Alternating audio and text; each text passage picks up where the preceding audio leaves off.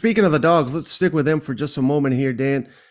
If you had to bet right now, what's more likely? Georgia wins another national championship, 3 in a row. It's incredible we're even asking these types of questions.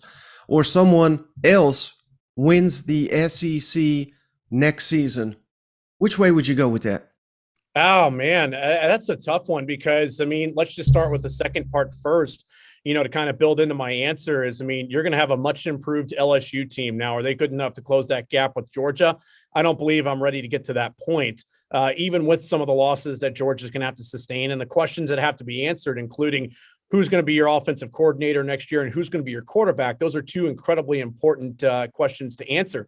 Same deal with Alabama. I just have some questions on the front for Alabama. Is that where we're talking about Georgia right now?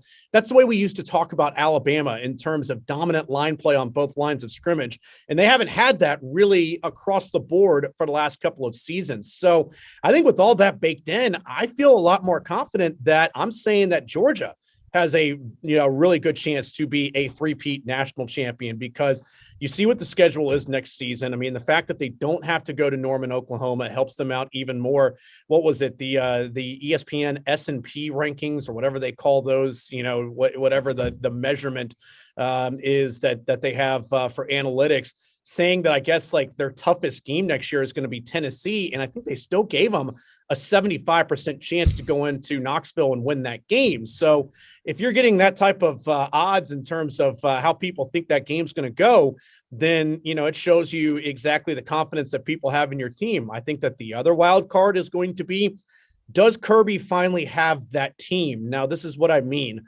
Is that Nick Saban, at least 2 or 3 times during this run of success that he's had at Alabama, has had that quote unquote team.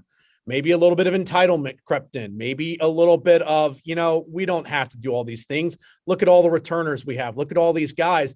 And that's something that Kirby immediately on the podium in Los Angeles after the game said, is he said, toughest challenge is going to be trying to tell these guys, you didn't do it. They did it. You haven't done it yet. So I think that's going to be the other part of all of this as well. But to answer your question, though, I think that probably I would feel more confident in the three-peat than I would, in somebody else, because it's the SEC. We've been doing this long enough, Mike.